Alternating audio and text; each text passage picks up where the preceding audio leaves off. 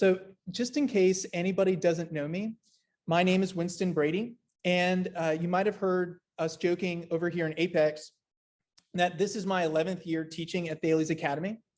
And in my decade of service here, I am particularly excited about this year. We've really, for the first time, we've got this really wonderful opportunity as a school and as a staff to focus on our classical identity and what it means to cultivate students of excellence through the pursuit of truth, beauty, and goodness across academic departments, to really focus on that identity of what it means to be classical, a task that is particularly important in the sciences. So what we're going to be talking about today is I'm just going to give a very broad overview of science and a classical curriculum leading into habits of successful scientists. Then Senior Administrator Ashley Bahor is going to talk about our proposed primary source reader for science to help inculcate these habits, as well as providing both a history and a philosophy of science.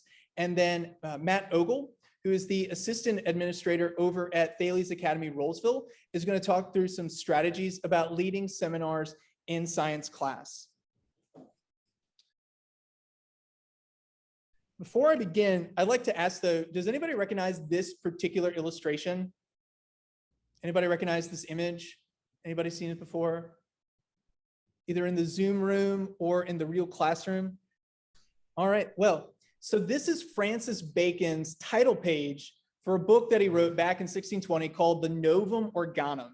And a lot of modern scientists, for good or ill, can be traced back to the publication of this book. The book is the Thenovum Organum, and that's Latin for the new instrument.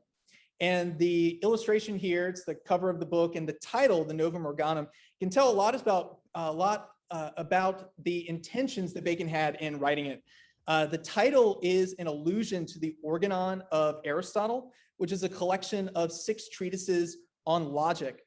The word organon in Greek means instrument, and Bacon, Francis Bacon, identified this new instrument, the new organon, as inductive reasoning, building on something, building perhaps in science observations of particular things, and then building up to something more universal and general. So the title and the illustration here, it's supposed to showcase the potential of this new instrument of inductive reasoning and for Bacon, for empirical science. So it's the process of forming questions, crafting a hypothesis, making observations, collecting data, and then evaluating one's hypothesis in light of that data that has been collected. And so really a lot of our modern understandings of science really comes from this particular book here. And he advocates that once you collect all that information, you test it via controlled experiment, and that scientist, student, scholar is going to evaluate their results in light of their hypothesis and share the results in the form of some sort of written report. So that way the knowledge gained during that experiment can contribute to an ever-expanding body of knowledge that could radically benefit the world. So the idea is that science and empirical observation is that ship right there in the middle between those two pillars. And those pillars are metaphorical. They're standing in for the Pillars of Hercules. The Pillars of Hercules are the enormous mountains in the ancient world. Today they're called the Straits of Gibraltar, that separated, overhanging the Straits of Gibraltar that connect the Mediterranean Sea to the Atlantic Ocean. The idea that Bacon's trying to put forward here is that this process of inductive reasoning and empirical science is a lot like that ship. You see, in the ancient and the medieval world, people were scared out of their minds to go sailing beyond the Pillars of Hercules. They would most certainly die. Storms, shipwrecks, I mean, being a sailor in the ancient and medieval world is an incredibly dangerous sort of thing. And so for ancient mariners, they believed that the Pillars of Hercules were really the boundaries beyond which you just do not sail. So the message that Bacon is trying to communicate here is that through science and the scientific project, we can radically increase the amount of knowledge that we have at our disposal. By doing experiments, by analyzing that data, by writing about it, we can contribute to this radically increasing body of knowledge here. Now, full disclosure, Francis Bacon didn't necessarily invent the scientific method in that way, but he puts forward a lot of ideas that synthesize the ideas of earlier thinkers like our spiritual founder, Thales of Miletus, like Aristotle, like Albert Magnus, a scholastic theologian in the Middle Ages. When I teach medieval history, the scientific revolution, I love to begin here just because it showcases the incredible potential that science has to radically benefit mankind.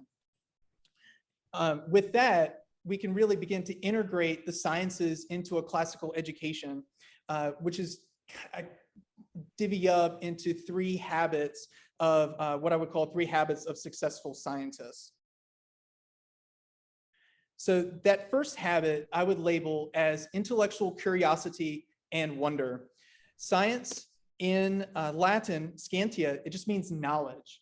And in modern language, science refers to our knowledge of the natural world and of the myriad, mysterious cause and effect relationships that govern the natural world. So from planets to cells, science is all about opening up the natural world like a book for students to understand and digest. So such a habit, right? This idea of wonder, you're really delighting in things that are beautiful, the trees outside, even the cesspool that collects all the rainwater from the parking lot. Such a disposition doesn't just show itself in contemplating beautiful things in the natural world. We ought to communicate that this sense of wonder led great scientists like Isaac Newton, Marie Curie, Albert Einstein to wrestle with problems in the lab, in a mathematical model, in conversations with other scientists, late at night when everyone else was asleep. So this sense of wonder ought to move us to ask questions that may go against the grain of scientific orthodoxy, because really that's the way that scientific knowledge is radically advanced, not by supporting theories, by actually trying to falsify them, by questioning them and trying to figure out if there's something that's missing here. You can think of a scientist like Galileo during the scientific revolution and the way that he challenged the reigning scientific consensus of his day, and in that way radically advanced our own scientific understanding.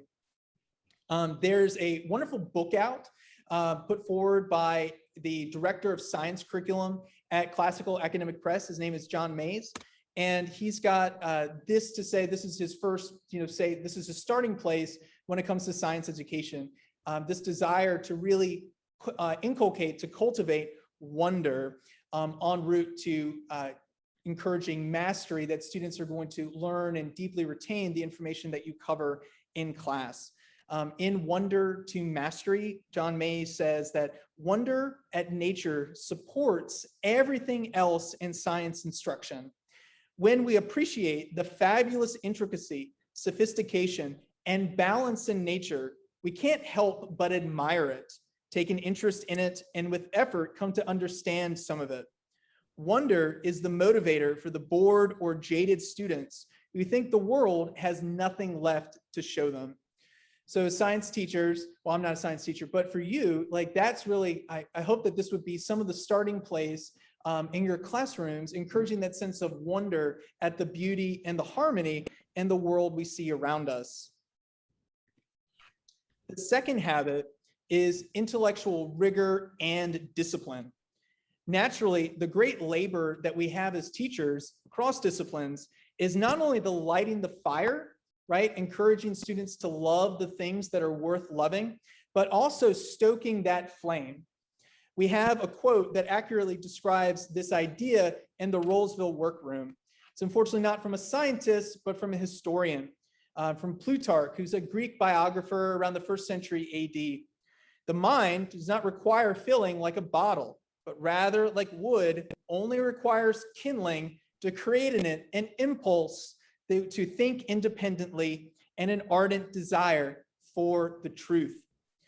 And every class ought to value this kind of academic excellence, but intellectual rigor may be easier to cultivate in the sciences because of the results of the scientific process, and that those results must conform to reality.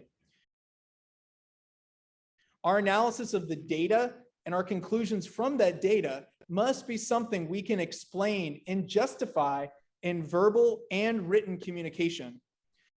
Data, experimentation arguing in a lab, forming questions, asking for help from teachers.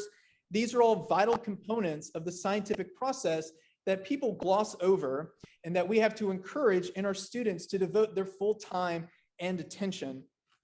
I was very privileged last year to sit in on a seminar with one of the science teachers over here in Apex who brought this out, reading through a selection by Marie Curie and her discovery of radium.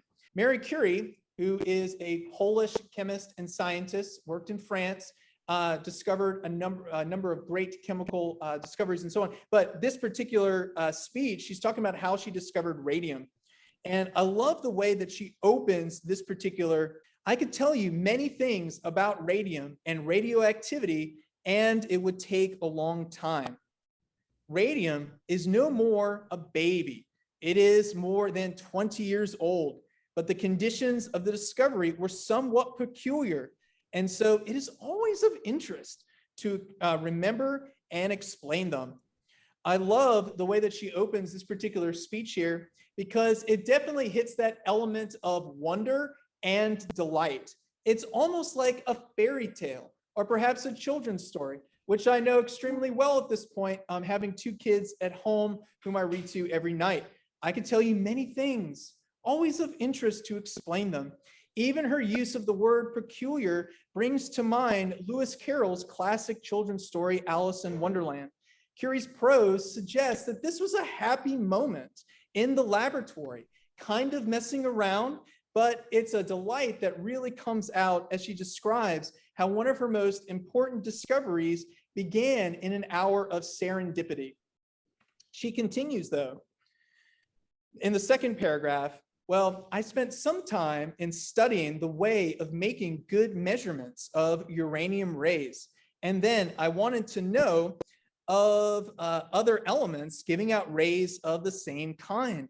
And so I took up the work about all known elements and their compounds and found that uranium compounds are active and also all thorium compounds, but other elements were not found active, nor were their compounds.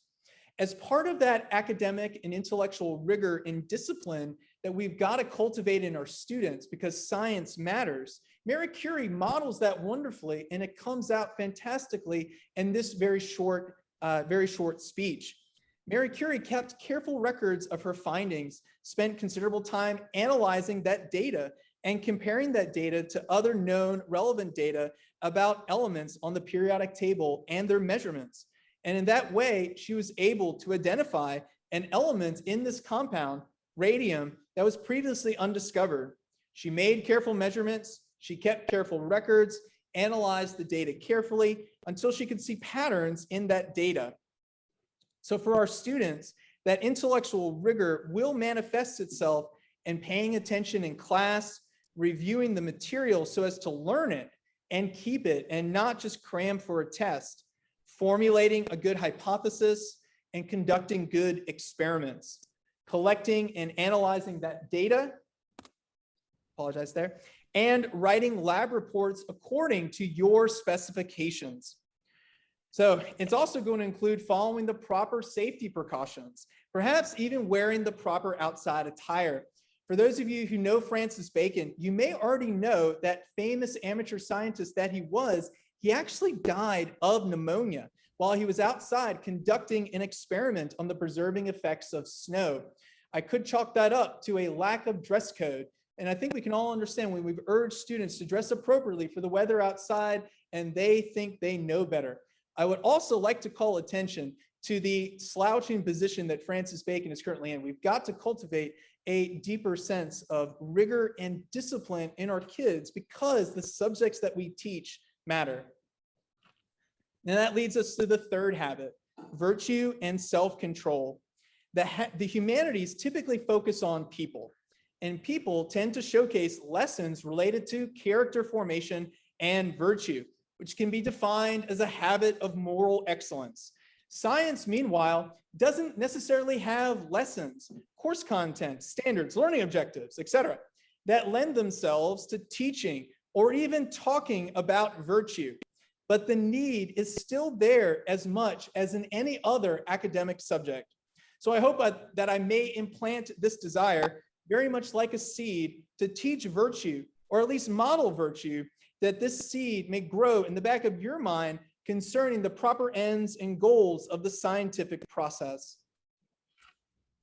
So virtue may be defined as a habit of moral excellence, of which in a classical education, we really focus on 4 cardinal virtues. I think these are the names for the houses here in Apex, unless you guys have changed them. But those cardinal virtues are prudence or wisdom, temperance or self-control and moderation, justice, which you could consider, say, the golden rule, treating others as you would want to be treated, which might look differently depending on the hat that we're wearing at that particular time.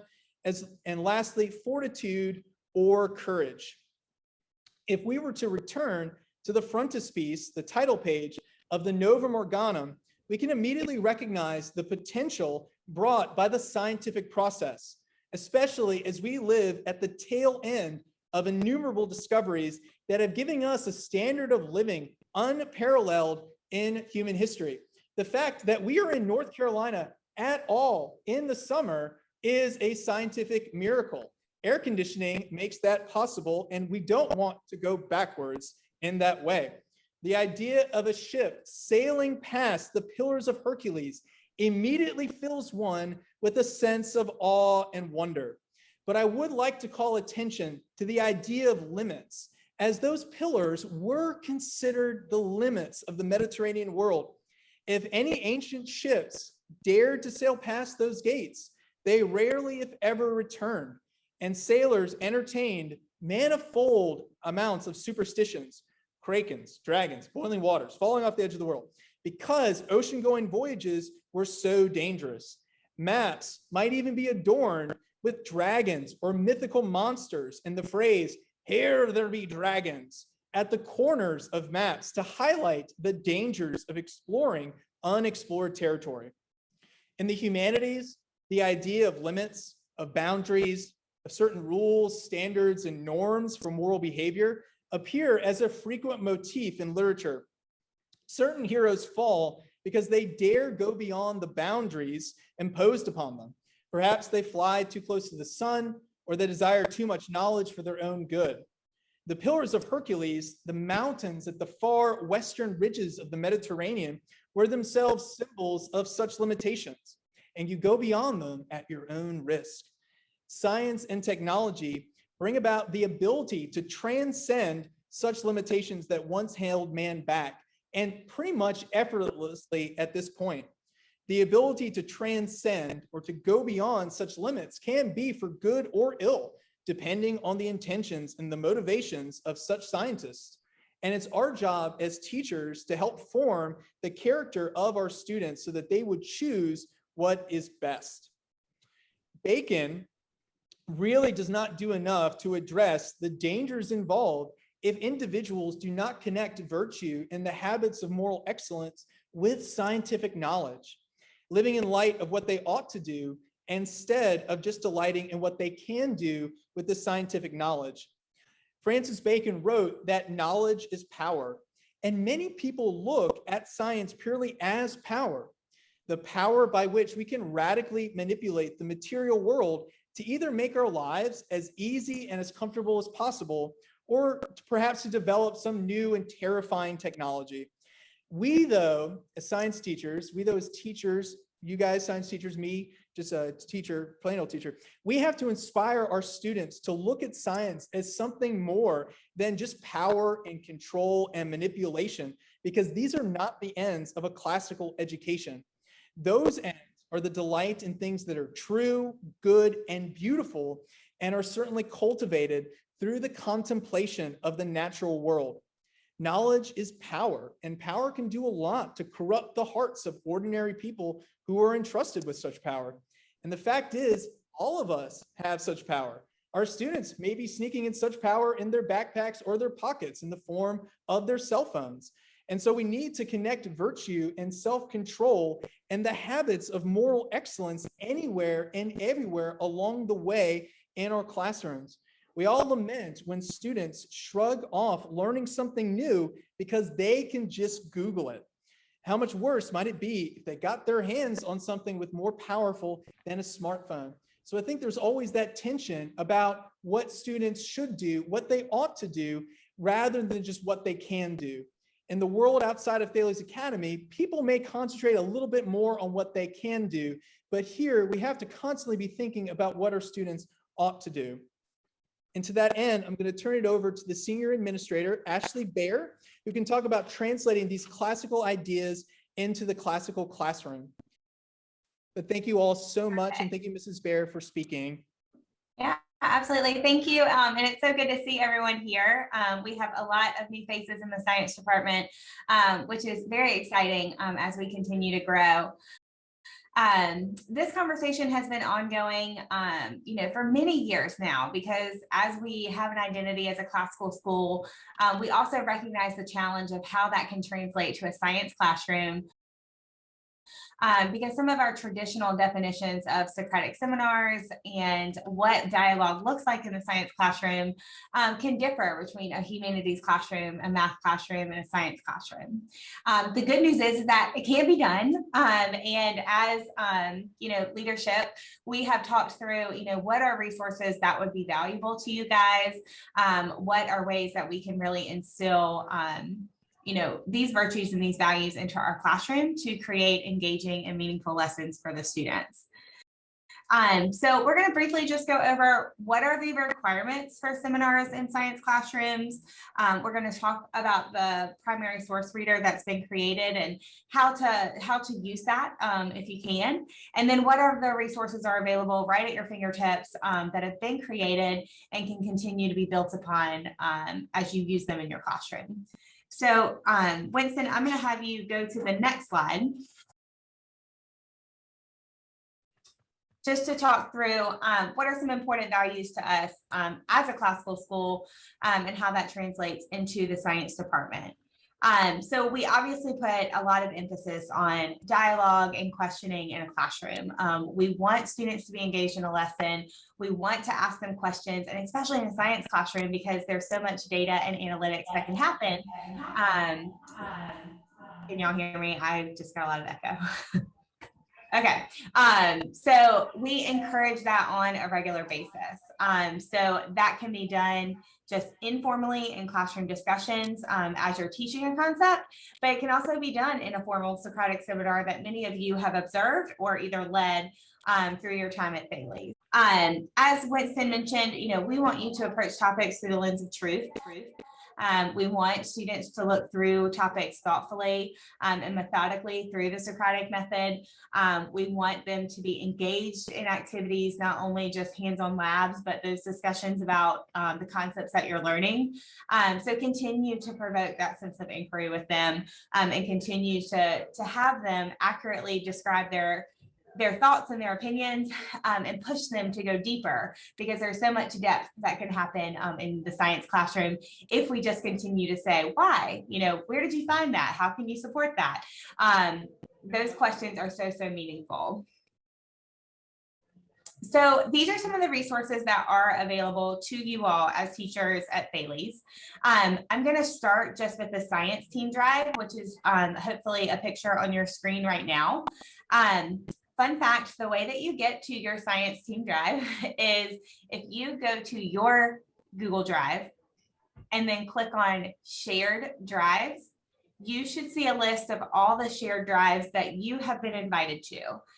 So one of those should be the Thales Science, which is highlighted at the bottom. Another one may be Thales Press. Thales Science is probably going to be the most relevant for finding primary texts that relate to your subject area. But I always encourage teachers to look through Thales Press, because there may be other articles in there that relate to what you're talking about that could be helpful.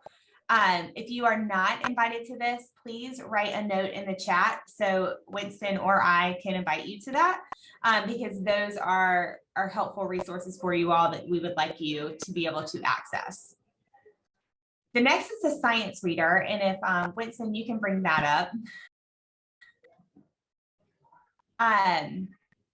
This is a reader that was created this year. That's an option for you all.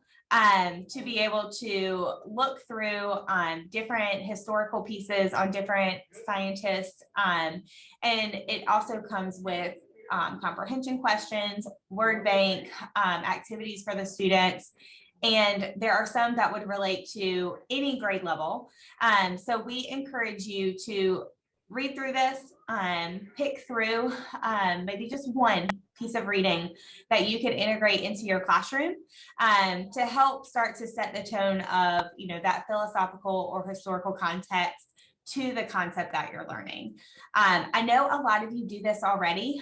It's integrated into the curriculum that you guys are using, that you'll do some sort of historical perspective on a concept that you're learning. This reader is really just to provide maybe one lesson for your students to get just a classical perspective or a deeper root in the historical context than typically is covered in a traditional textbook. So depending on whether you're life science, earth science, you're going to gravitate probably towards one article versus another. So our challenge to you is just try it out. This is something new. Use one of these lessons, provide feedback on how it could be improved or how it went. And that way the students are getting a comprehensive look across the system at these types of concepts. As we go into seminars, I just wanted to point out one more thing, is that we always encourage teachers to use primary sources, the curriculum that has been given to you, peer-reviewed essays, sound data, just instead of kind of contemporary articles in the classroom. We find that those have much richer content. It helps students to gather the skills to be able to analyze text and discuss them in a focused and meaningful way. So if you ever need an outside resource that you're not finding in one of these, don't hesitate to collaborate as a team, reach out to your administrator so that we can help direct you into resources that we know of and provide help. But that's all I have to cover for today. I'm going to hand it over to Matt to talk a little bit more about Socratic seminars. Thank you, Ashley. Hi, everyone. I'm Matt Ogle. I'm the assistant administrator at Thales Rollsville.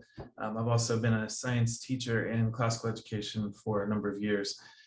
I would argue that a good seminar in class is one of the most memorable experiences that students can have, where they have the opportunity to take ownership of material for themselves and really explore it deeply and critically. And I would never teach a science class without seminar because of how important I believe the effect of it is. I'm going to run through some ideas regarding seminar, how to implement it. Some of them are things that I would just generally advise any and all seminar teachers to do.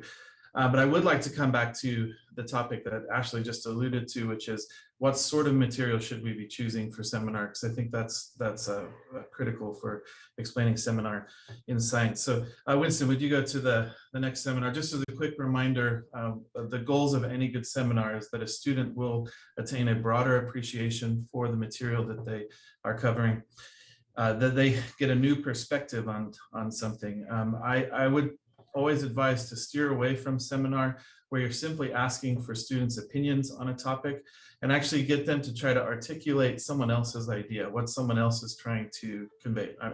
The someone else being the author of the documents, ideally, that you're reading. Anytime a student is engaged in thinking about how someone else is appreciating a subject, it broadens their knowledge of it, it deepens their understanding of the subject and lends a new perspective. And all of that is obtained through a meaningful conversation. And it really does need to be a conversation. There's no better tool for getting students to think through material and for themselves than to try to articulate in conversation what the meaning of a term is, what the author is trying to say, and helping each other to do that.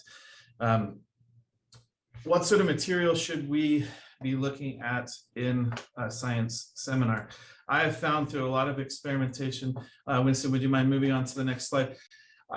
Through a lot of practice and trying different things, I've actually found that the closer we get to a traditional seminar based around great work of scientific literature, the better the seminar is going to be.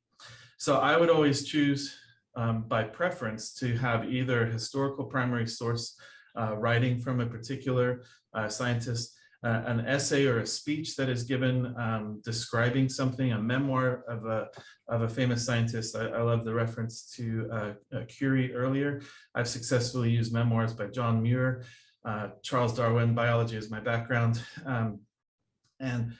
Seeing people express their discoveries in their own words is a remarkable way of having students appreciate a greater sense of wonder about a topic, to see the natural world in a new way. You can also do seminar around great observations and experiments as well. Louis Pasteur's experiment in disproving spontaneous generation is a great seminar tool I found in a biology class, when you can present the methodology and the results and discuss the meaning of those results. It can be really powerful. One of my favorite seminars I ever conducted was in 7th grade physical science, where we compared the thought experiments of Galileo and Newton regarding relative motion, and had the students really engage in that, explaining it in their own words. Those sorts of experiments as well, I find, can be really meaningful in seminar. What would I try to avoid? I would try to avoid print articles, and I think Ashley alluded to that. They sometimes lack the rigor and depth. They don't necessarily have to, but I would also say that they sometimes border on the sensational. In other words, they excite the students and they open their eyes to something, but I found that students don't always have the ability to engage in the material the same way. They stand separate from it, and rather than being invited into it. Research papers tend to be too complex for students at the level that we're teaching, so you spend most of your time trying to define terms. That you can, of course, find exceptions to that. And a general encouragement, debate is a useful tool in a science class for looking at ethics, but the goals of debate and the goals of seminar are very different. Debate, in my experience, tends to lead to an entrenchment of people's predetermined opinions, and doesn't lend itself to the appreciation of new ideas, because you're always looking to try to counter someone else's idea, to fight the other opinion. So just as a word of advice, these are not rules. This is just some experience suggesting that these things don't serve the same purpose. I would try to avoid debate in the classroom if your goal is to broaden someone's understanding. You can use debate for other reasons, but it's not the same as seminar. Winston, would you go on to the next slide? As with any seminar, of course, because it's a conversation, we're trying to have our students talk and not be at the center of it. The less you talk, the better, typically. It means that the seminar is working well without you. For that reason, I enjoy beginning with the big question, the really important question that comes from the piece of writing.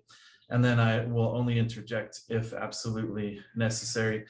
You typically, when I sense the students are going down a dead end, or they've reached a point at which they can no longer continue the conversation, then we have to redirect back towards the big question, or back towards someone else who said something great, but their comment has been overlooked, and we can explore that avenue of thinking. But just to reiterate too, my goal in seminar is always to do as little talking as possible. The student should be the one engaged in the talking. And then just one more piece of advice of good practices to engage in seminar. Winston, if you wouldn't mind, next slide. The last few are just more samples. Good practices. Always set expectations for what seminar should look like and what you want the kids to do in advance, at least the class before, so that they're prepared for it, so that they can walk in. What do you want the seminar to look like? How do you want the conversation to flow? Hold students accountable for their reading. If you ask them to be prepared, then they need to be prepared, and make sure that you have methodology in place to ensure that they are doing that. I like to track the conversation in some way so that I can grade it and evaluate it, and also have some kind of evidence for that grading, so that when students ask why they didn't get a higher grade, for example, I can tell them. And lastly, my number one advice for all seminar leaders: consider the introvert. How do you draw out something meaningful from those who aren't likely to participate? That can be as much as possible, allowing them to speak by prepping them in advance, making them feel confident, starting things off with questions that the introvert can answer. But I have a couple other ideas that involve seminar reflection, which I'll go through. And then Winston, I'm going to jump through the next few slides fairly quickly just to give some samples of things. This is the kind of thing I might share with my students the day before a seminar. I would set the expectations for what the conversation would look like. You must talk. There can't be a conversation if you don't talk. You have to talk to each other, not to me. You must be prepared. I am going to evaluate more on the quality of your contribution than the quantity. Are you saying something meaningful and helping to move the conversation along? And I'm going to repeat my enjoinder. We are not trying to express our own opinions here. We're trying to understand what some other author, narrator, scientist, teacher is trying to say about a topic. And I'm going to expect students to refer to the text. So these are the sort of things I would review the day before the seminar. I might also give them examples of how they can contribute, which is the next slide. These would be things, expectations I'd set out for what an okay, a good, and a great conversation contribution would look like. I'd walk them through this so that hopefully I'm giving them some language that they can use to participate in the conversation. And I can, kind of equate this to grades if I need to. If all you ever give is an okay contribution, then your grade will be okay. You'll be fine. But we can sort of loosely align that to some sort of grading standard. The next slide is an example of how I would track the conversation. I'm kind of old school. I do this on paper. This is a sample from 2 years ago in a biology class of a debate regarding genetic modification of children. This was after that Chinese scientist whose name eludes me right now claimed that he had genetically modified the two twins. And so we had something of a discussion about the ethics of genetic modification. So here you can see my conversation map. You'll see different symbols used. That's where the conversation changed from one significant question to another. And I can kind of track that. I can quickly see who was engaged well in the conversation, who maybe contributed once, and I can even identify one person here who didn't say anything. The X is where I was sitting, incidentally. So here I have just a map, a reference to the conversation as it happened. That way, if someone comes back and challenges, why did you grade me down? I actually have something physical to say. You didn't contribute that much or that often to this conversation. And at the end of, no, that's fine, Winston, you can move on. At the end of the seminar, I would also provide some kind of reflection here. And this is sort of my last chance opportunity for someone who's more introverted and hasn't had a chance to speak. Because here I will typically ask a question. You'll notice I underlined it here. I want everyone to respond to some of these questions, but I will typically always give the opportunity to say, what did you want to say, plan to say, but miss the opportunity? Introverts usually have great opinions, but they sometimes hesitate too long and someone else jumps in and steals their statement from them. And then it takes them too long to circle back around. So I like to see that so that I can see that they're engaged. And then the second question, I gave an option here. This was something that I knew would come out of the seminar. And so it was a chance for students to express something that they maybe had learned, something that they had picked up on over the course of the seminar that they hadn't previously considered.